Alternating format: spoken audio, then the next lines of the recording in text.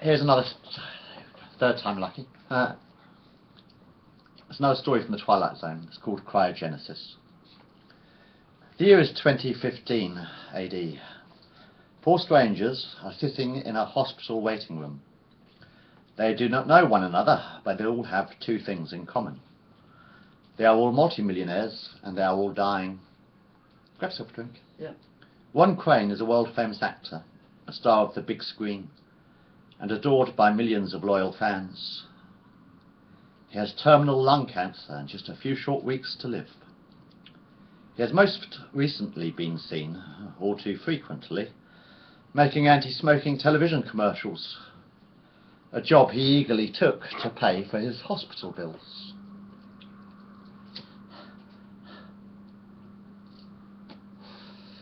Tricia Smith is a 16-year-old single mother of 3 children and has recently won £35 million on the national lottery. She has been unemployed ever since she left school at the age of 13, when she fell pregnant for the first time. Tricia had a heart attack 1 second after the winning number of the lottery was drawn, and has been informed by her doctor that she has a fatal heart condition and less than 1 year to live. George Fizzle is 92 years old and very frail.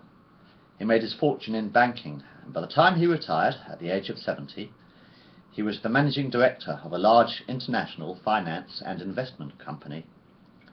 He is suffering from dementia caused by Alzheimer's disease, and often struggles to remember his own name. Bill Fence is a 25-year-old computer whiz kid. Many would call him a genius.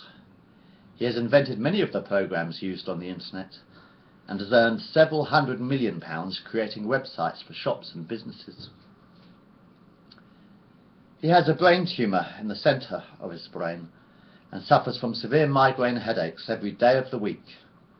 The tumour is at this time inoperable. These 4 strangers have all invested their fortunes in one particular scientific experiment called CryoGenesis. Dr. Bailey opens the door of the cryogenic chamber. "We are ready for you now," he smiles towards the 4 volunteers. He is a middle-aged, grey-haired man in his mid-50s. "Where am I?" asked old Mr. Fizzle. "It's freezing day," Pop laughs Bill Fence. "Yes, it is rather chilly today, isn't it?" agreed the old man. Tricia Smith crossed her fingers behind her back. "Please God," she whispers, "just one more lucky day." One Crane hands an autographed photo to his 3 companions. "They will be worth a lot more when I'm dead," he suggests. "Hold on to them just in case I snuff it before we wake up." The 4 patients change into hospital gowns and lay down on the cryogenic beds. "Now remember," Dr. Bailey polishes his thick black spectacles with the sleeve of his white lab coat, "as soon as we have discovered cures for your illnesses, we will resuscitate you." Bill Fence bit his bottom lip. "Can't you wake us all up at the same time?" he asks. "I really don't want to spend the rest of my life in a strange world with nobody I know." One Crane, the actor, looked at Bill. "But we don't know each other now," he sighed. "I know who you are," smiles Tricia Smith. "You're one of the worst actors in Hollywood." "I'm tired," yawned George. "Can I sleep now?" Bill frowned. "The point is that we all come from the same time period. So when we wake up in the future, at least we will have our histories in common with each other." Dr. Bailey scratched his head. "Very well, that shouldn't be a problem, as long as you all agree." A glass tube slides open over each of the cryogenic beds, and the 4 strangers are put into suspended animations. "Sweet dreams," whispers Dr. Bailey, turning out the lights. Chapter 2. The year is 2365. "Bring the patients out of stasis," ordered Dr. Bailey. He is a young, dark-haired, bespectacled man in his mid-20s. The glass tubes of the cryogenic bed slide open. The 4 volunteers yawn and open their eyes. "Are we cured?" asks Bill Fence. Dr. Bailey grins. "Yes, indeed, you are all in perfect health." "My name is George," smiles the rosy-cheeked old man sitting up in his bed. "And my grandchildren are called Paul and Samantha," he laughs. I remember."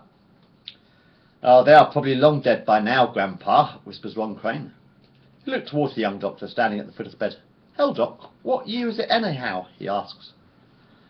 Dr. Bailey crossed his arms across his chest. "The year is 2365. That's 350 years in a coma," huffed Tricia Smith. "What took you so long?" Warden Crane looks puzzled. "You know something, Doc? You look kind of familiar." "What's your name?" he asks. "I'm Dr. Bailey," smiles the young man in the white lab coat. "That's impossible," laughed Tricia. "Dr. Bailey was in his 50s when we were frozen." She scratched her head. "Unless, of course, you are his great-great-great-great-great-great-grandson."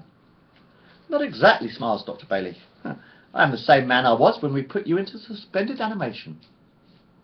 "Then how come you are still here and looking 30 years younger?" asked George Fizzle.